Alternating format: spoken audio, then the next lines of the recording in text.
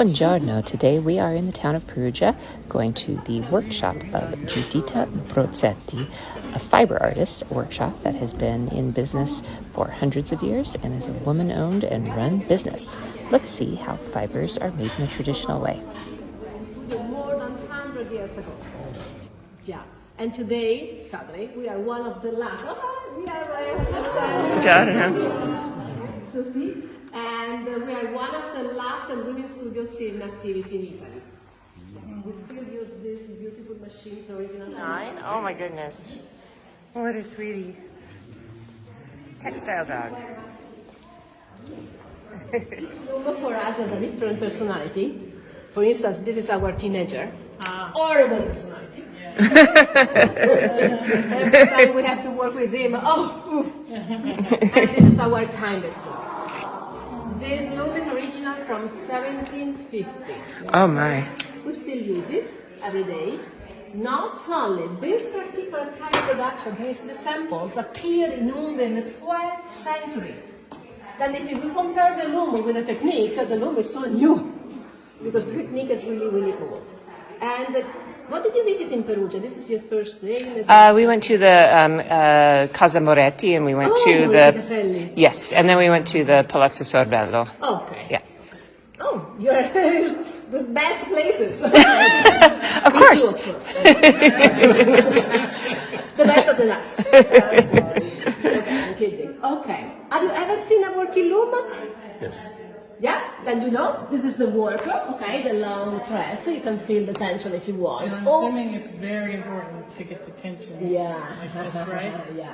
We still use the medieval technique to put the work by hand because the goal of this activity is not make a profit or business, is keep alive our knowledge, our know-how. And I still use old techniques. Of course, with the new technology, you can do everything you want. There are modern looms like this, and you can separate the work and pose set by set. No, this is not my goal.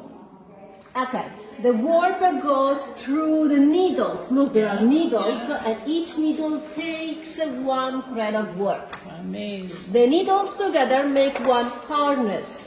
This loom works with 4 harnesses. And I have 4 pedals to control the 4 harnesses. And now I'm sorry, since I'm getting younger, and I have to check where I am. Please forgive me. Okay. This is a very relatable tour so far. Okay, and where I am. Here we are. Let me check. Yes, it's true. Okay, please come closer, both sides. Because I control the harnesses with the pedals. For every different position of the pedals, I have a different opening of the warp. Mixing those openings, I make all the design. Then I make the design with my feet, controlling the warp. This way. This medieval technique survived through the centuries thanks to the women. Because in the past, every family home had 1 or 2 looms just to make materials for the daily use because they were really poor and was unthinkable in the past by, I made a mistake, by fabrics because they were really, really poor. Then my great-grandmother discovered at the beginning of the 20th century this medieval technique was still alive in the countryside. And she fell in love with this kind of production. But one thing, every farmer home had 1 or 2 looms, but the most part of the families used to work with only 2 harnesses and make plain and simple materials. Only some family conserved as a secret the technique to work with more harnesses from 4 to 12 and make a little range of geometric design. This technique was a secret in those families because they use fabrics like money. If I'm the only person able to do it and you want one of my pieces, I'm talking about 13th century, 14th century, still in the first part of the 20th century, and then you have to give me eggs, pottery. They use fabrics like as a trade. And then the mother told the secret only to the daughter to the daughter, generation after generation in an oral way, because people were illiterate in the past. Because today, the weavers work in this way. There is a recipe of position of the pedals for every different design.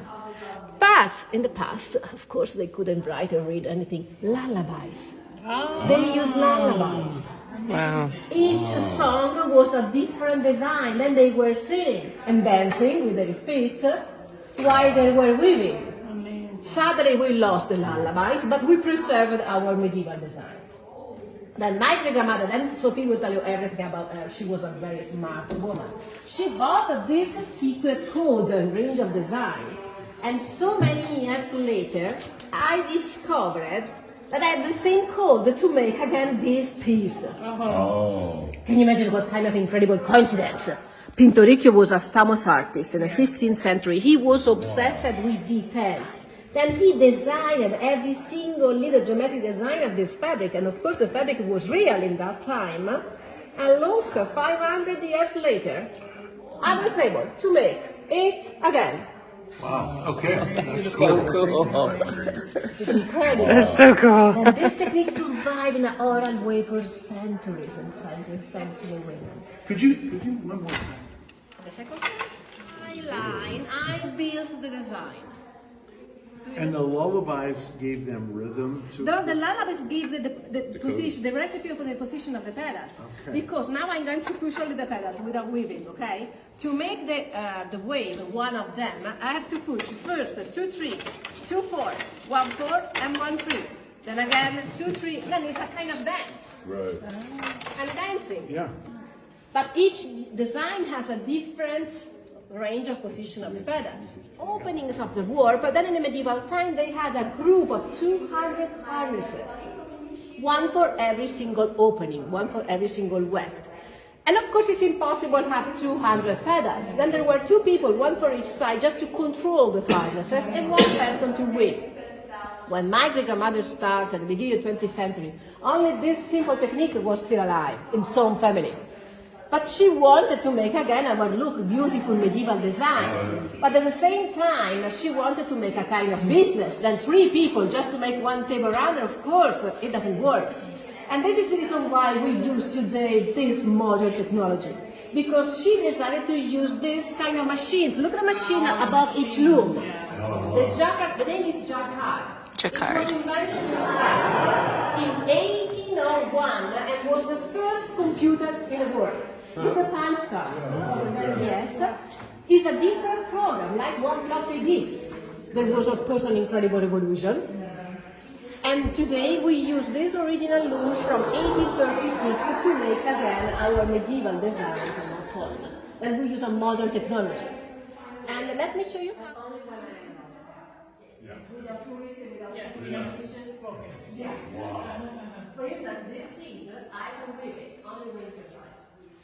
I have only 1 pedal. Why? Because in this moment the Jacquard machine is reading one of these cards. These yellow threads are the harnesses. Do you remember the pedal loom? There are 4 harnesses. In this machine there are 1,800 harnesses. One for every single thread of the warp. Then I control the Jacquard machine with my leg, and when I push the pedal I open the warp. In this opening, I think you can see I can't send the shuttle, my hand is too big. Then we use the spinning jenny, the flying shuttle. Invented in England in 1739. Love it.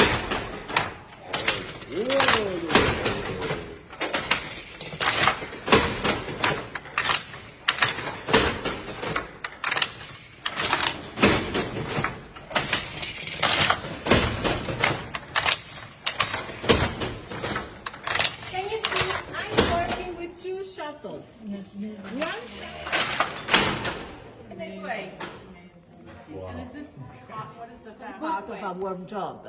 If I make a mistake here, I have a big trouble to weave because they make the warp free. Before this crossing, the warp is twisted. Right. After this crossing is free. Do you understand what I mean? Yes. Yeah, so 16 days to set this up. That's crazy. Yeah.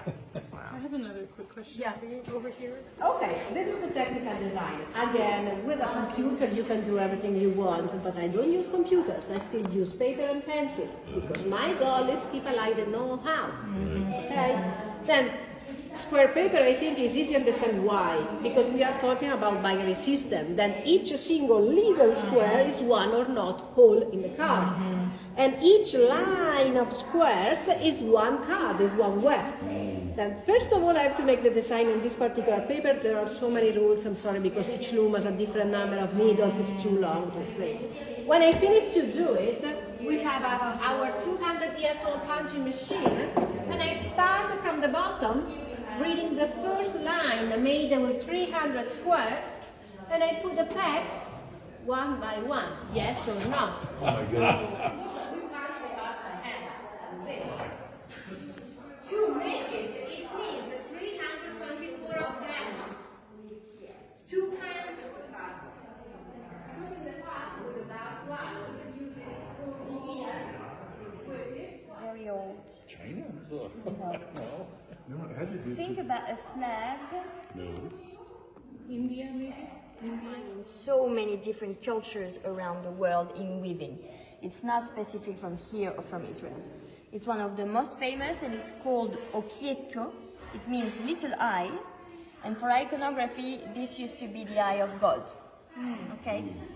So this is the beginning of the Peruvian tablecloth, because you can see it's pretty different from what we have here in our atelier, because here we have fit. And this winter, my colleague wove the tablecloth. So of course, not the real size because it's too big. Yes. But we made it for this size of this table. It's made with linen and cotton. Amazing. So a copy of the. And the best Last thing Supper. to me is that we made a documentary about it. So each step has been documented. The filmmakers did a very, very great job. It's not available yet because we are trying. So this is the name of this piece. Mandorlato, because mandorla is the almond. You can find out more information about Marta and her work at brozzetti.com and also on social media. Thanks for joining us for another adventure. Ciao!